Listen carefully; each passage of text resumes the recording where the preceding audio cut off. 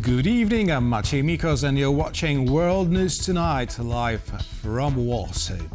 President Volodymyr Zelensky urged allies on Friday to swiftly elevate talks on security guarantees for Ukraine to leader level, as European Union defense ministers pledged to train Kyiv's troops on Ukrainian soil in the event of a truce.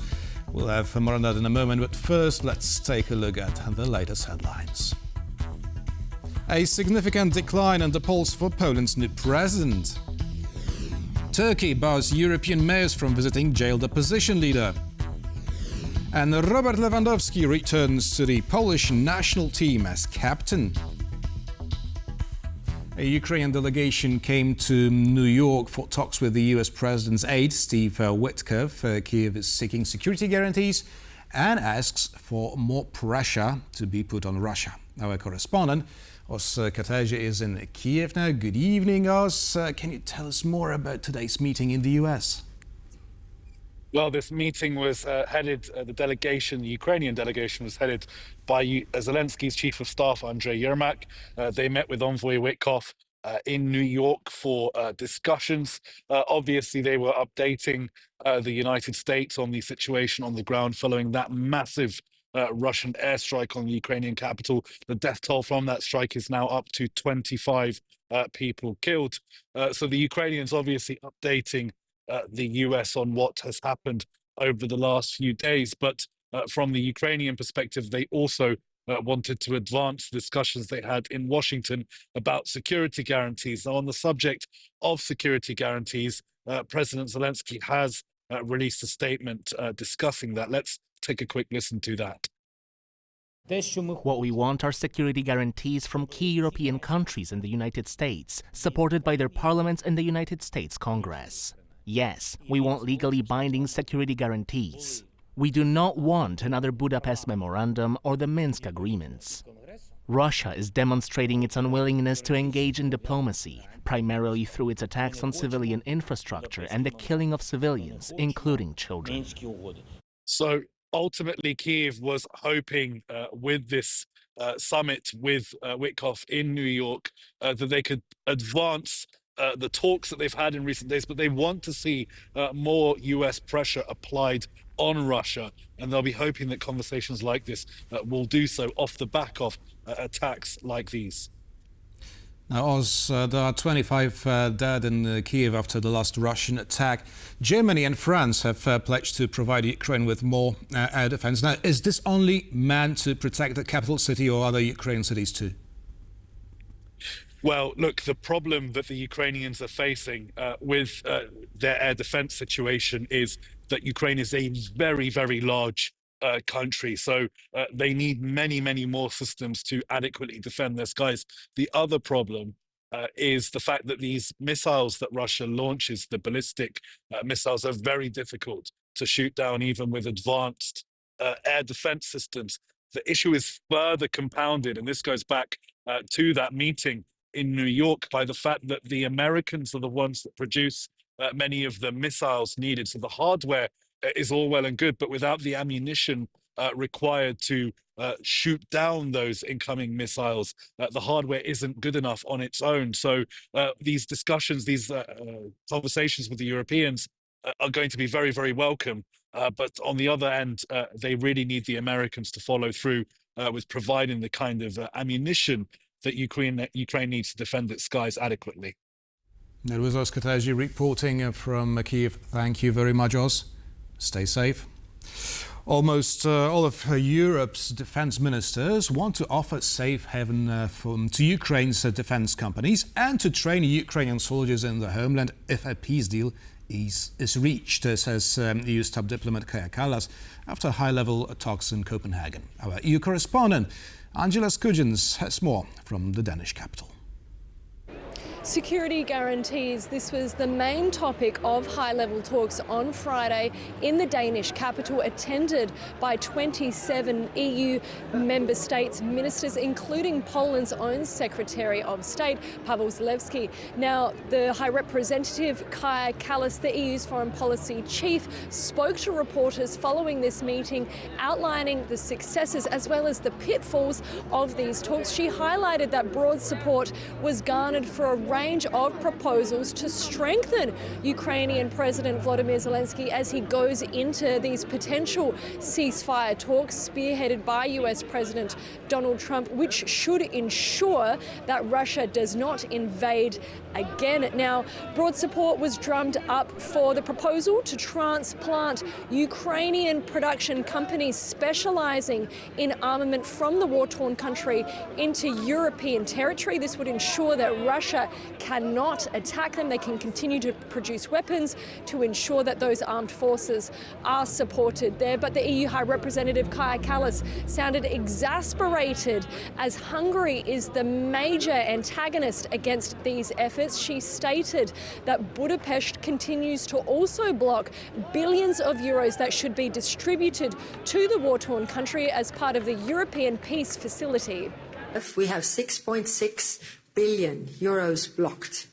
And we have offered to our Hungarian colleagues different ways out. I mean, opt out like they have in NATO. Also, I mean, different possibilities that are not part of the lethal aid or anything of a sort. But it hasn't been, we haven't been effective so far. But what has been effective so far is a mission spearheaded by the European Union. This is providing knowledge and training to Ukrainian soldiers, 80,000 as of today's date.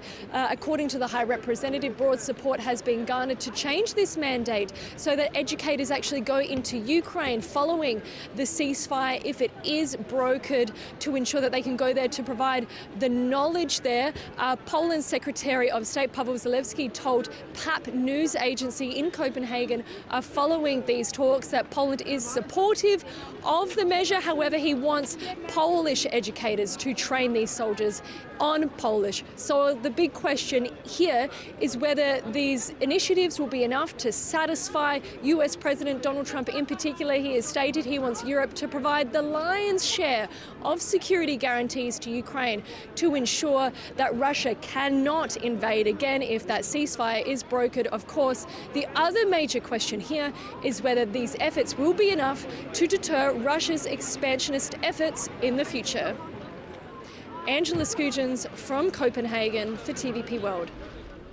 The political row between the Polish government and a newly elected president escalates quickly, with Nawrocki blocking the ruling coalition's bills and positioning himself as the censor of government's works. Now, this attitude has caused him to lose more than 5% in the latest public opinion survey. Kazimierz Łysiak has this report. President Karol Nawrocki has had an intense first few weeks in office. Since he was sworn in the beginning of August, he's already vetoed more bills than his predecessor, Andrzej Duda, in the span of 18 months. And that confrontational approach has resulted in a major drop in public trust. In the latest survey by Ibris, the president has dipped by 5.5 percentage points, putting him second after Foreign Minister Radosław Sikorski. And it's not really in the Polish political tradition to have a president who is combative rather than who is a unifier. So traditionally, a president would be above politics. Even by constitutional terms, the president has to renounce his political affiliation. President Nawrocki, an ally of the conservative opposition party Law and Justice, has been pushing for a role of an active foreign policy maker. On Thursday, he hosted a summit with several heads of state from the Baltics. Naturally, the main topic of discussions with the Baltic leaders was the security situation in the region in the context of Ukraine and the ongoing peace process. Nawrocki hosted the summit ahead of his meeting with US President Donald Trump in Washington next week. But his more active role is also a major point of contention with the Polish government.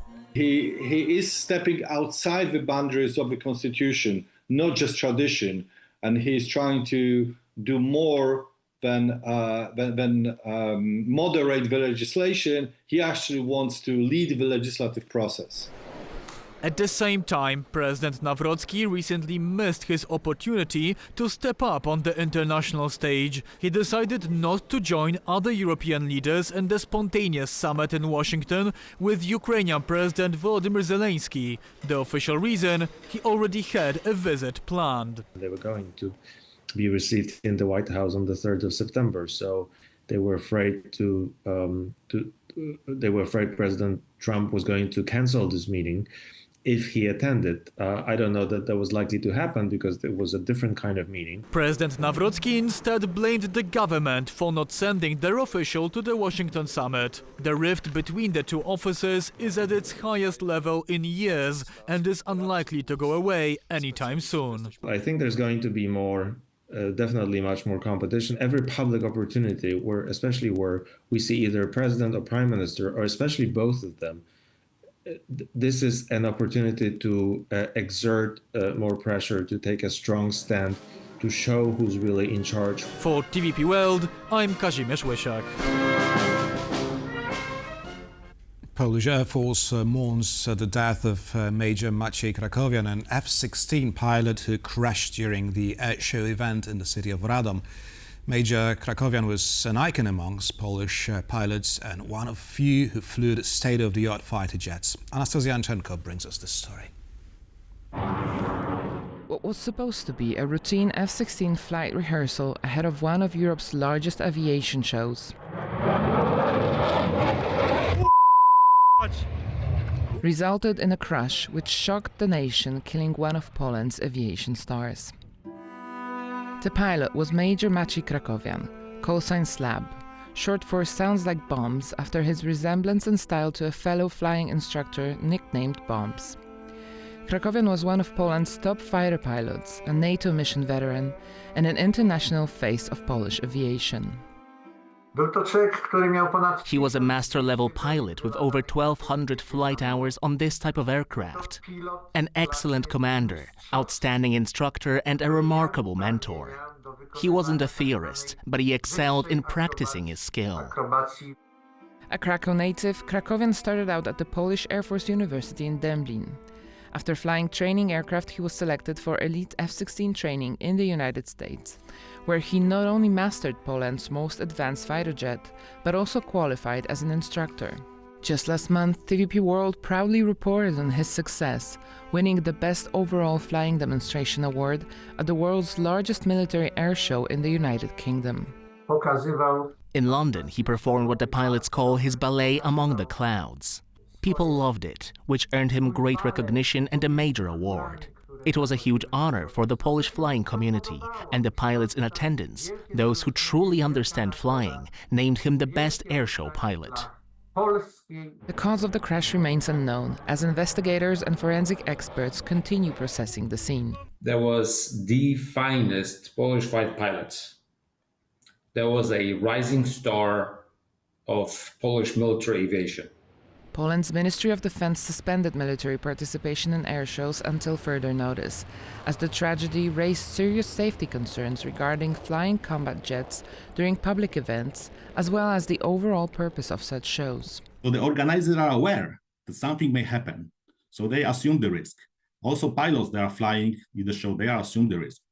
But in general, and this is my personal opinion, we should take a hard look what was happened and think twice if we really should expose the most valuable asset, like a combat-ready pilots, to such risk.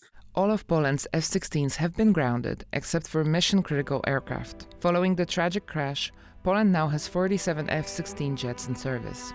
The Radom Air Show, which was set to feature at least 150 aircraft from 20 countries, was cancelled. Turkey has barred a delegation of European city mayors from a meeting with the jailed mayor of Istanbul, Ekrem İmamoğlu. The local leaders came to Turkey to voice their support for İmamoğlu, the main political rival of the country's president, Recep Tayyip Erdogan. Aisha Baci has the story. Mayors from European and Balkan cities have traveled to the high-security prison near Istanbul to show support to Ekrem İmamoğlu, the jailed mayor of Istanbul and opposition presidential candidate. Say that Ekrem İmamoğlu is one of the most respected mayors in Europe, in the whole Europe. And that's why we are here in solidarity with him. The delegation had planned to see the mayor and present him with the Democracy Award. However, their entry request was vetoed by Turkish authorities. Behind these prison walls is Mayor Ekrem İmamoğlu, a democratically elected leader, unjustly imprisoned. Not giving up, the delegation presented the award to his wife instead. During the ceremony, Dilek İmamoğlu read her husband's letter written from prison. I have been in prison for more than 5 months, but know that my determination has not diminished.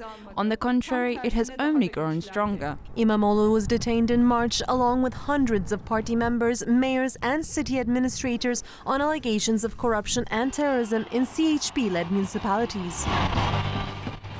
The opposition rejects the claims, accusing the government of using the courts to eliminate political rivals. We raise the voice of free people, those who are unafraid to protest, even at the risk of oppression. İmamoğlu, one of Turkey's most popular political figures, was considered the strongest challenger to President Erdogan's 22-year rule. Neither the pressure on Mr. Ekrem İmamoğlu nor that on the Istanbul Metropolitan Municipality can deter us from our path. Authorities are also targeting opposition figures as well as media that gives them a voice, like Sözcü TV. The channel was subjected to a 10-day blackout order from the government last July. Only one voice should be heard, and it should be the voice desired by the authorities. Unfortunately, this is the situation. That's why we're being shut down. Political turmoil is rising as opposition rallies every week in Istanbul in support of İmamoğlu and all those detained alongside him.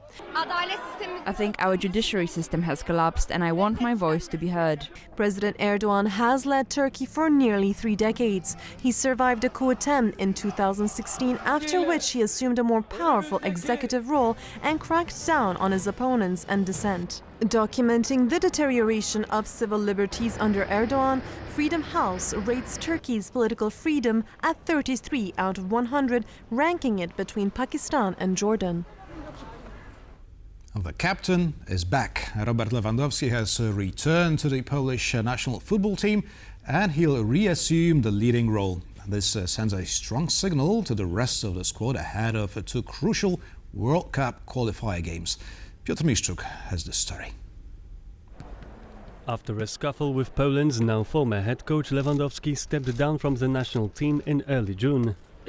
Considering the circumstances and the loss of trust in the coach of the Polish national team, I decided to resign from playing in the Polish national team as long as he is the coach. Lewandowski decided to quit after head coach Michał Probierz stripped him of captaincy. After talking to many players, after talking to members of the staff, I took a day to think and make a decision. Upon reflection, I came to the conclusion that there will be a change of captain in our national team. Probierz claimed he made the decision after talking to other members of the squad, but that was later debunked by the Polish Football Association. No meeting took place between head coach Michał Probierz and the team council, and the decision was made solely by the coach. Without Lewandowski on the squad, Poland lost a crucial World Cup qualifier against Finland in mid-June, prompting Probierz's resignation. Now with new coach Jan Urban, Lewandowski is back. We're winding the clock back to when Robert was captain. I believe that's just the way it should be. Experts say this is a huge morale boost for other Polish players. The all-time top scorer and the best player in the history of Polish football is back. Alongside 37-year-old Lewandowski, another seasoned Polish player, Kamil Grosicki, also 37, is back on the national team, coming out of retirement, which he announced in early June. He is also expected to make a strong addition to the squad. In the locker room ahead of the game, he knows how to motivate the players on an emotional level to go out there and give their all for the national team.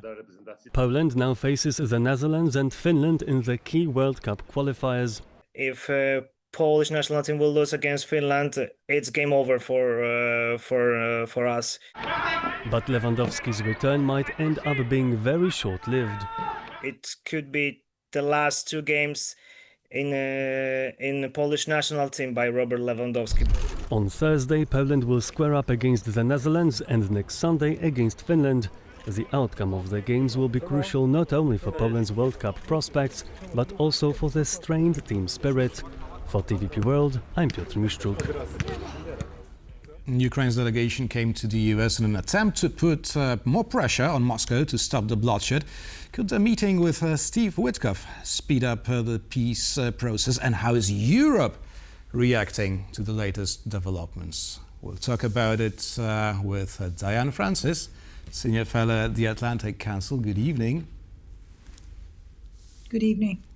So, President Volodymyr Zelensky outlined today the three pillars or levels of security guarantees for Ukraine, the way he would like to see them. And these are: first, maintaining a large Ukrainian army equipped with weapons of Ukrainian, American and European production. Secondly, agreements with NATO partners at the leader level, ensuring readiness to support Ukraine in case of new Russian aggression. And lastly, sanctions against Russia and the use of frozen Russian assets for Ukraine's post-war recovery. Now, which of these elements sound realistic today? More weapons? Well, they're all realistic. Oh, really? They're all completely realistic, but, you know, for some reason, Mr. Trump likes to listen to Putin, who's vetoed any of these things. I mean, he's demanded that he would only enter into peace talks or a truce if, Ukraine had no army, had no connection to NATO, had no security guarantees. And he certainly would never bless the fact that $300 billion of Russian central bank assets that have been frozen since the invasion would go to Ukraine. So that's your problem. These are eminently doable, and I think they're all more than reasonable. Well, the Ukrainian delegation, as we have mentioned before, met today with Steve Witkoff in New York, to discuss the next steps. And, well, U.S. Vice President J.D. Vance said, quote, Witkoff has made more progress towards ending the bloodshed in Ukraine than all his critics combined. In your opinion, what has he achieved? Well, we've had a lot of diplomatic summits. We've had a lot of meetings. We've had a lot of, blustering talk and red carpet treatment and Putin showing up and all of that. But we're no further ahead. And in fact, I don't blame Trump. I mean, he's trying. And Witkoff is just his negotiator. He's not any kind of influence in any of this. But what you've got is a situation where the Americans are trying everything possible except for what they should do, and that is flood Ukraine with weapons, take the assets away from Russia, and slap the biggest sanctions on them and their oil customers that they possibly can. And they're not doing that. They're pulling their punches. They're even talking business arrangements with Russia to try and get them to, okay, we'll agree. This is not working. This situation is not working. And what has Putin answered? Gigantic aerial attacks on Ukraine, the biggest yet. He keeps escalating. He's not learning. He's not changing. He's not considering. He's escalating his war. Oh, maybe he's learning because it seems that it works. The West cannot find a common tongue in reacting to this acts of terror. Yeah, I just, we've had these really good discussions before, and it's very frustrating that, I understand what Trump's trying to do. He's trying to, smooth over, pull his punches, entice, be nice to Putin, soften him up for compromise. There's no compromise with a genocidal maniac. I mean, he wants to destroy Ukraine, its language, its people. He wants the whole country. He's made that very clear. And yet, we're still at this point where people are talking about business arrangements to try and soft soap him, and it's not going to work. Now, I don't blame Witkoff. I don't blame anybody. I just think I think that, Trump hopefully is finally understanding who he's up against. Meanwhile, European leaders are discussing the possibility of sort of a buffer zone in Ukraine. Now, would that be an acceptable solution? And if so, what are its pros and cons? Well, I think, I don't know what they mean by buffer zone. Do they mean on the European side of the European border? I guess both sides would have to contribute. Inside? Okay, so if you're talking about a boots on the ground security force to, be a peacekeeper, so to speak, on behalf of Ukraine, that was discussed in Washington at the summit, and the Russian spokesman for the Kremlin completely said, just knocked that out of the box by saying, if any of the soldiers, boots on the ground in Ukraine, or the security contingent, are affiliated with the NATO people, we'll regard that as an attack by NATO. I mean, that's unacceptable, they said. Absolutely unacceptable. So, that's where we stand. They keep knocking back any suggestions. Mm-hmm. Now, Kaja Kallas, EU's top diplomat, believes military production should be moved from Ukraine to Europe. Now, it certainly serves Europe's interest, but what about Ukraine? What about Kyiv?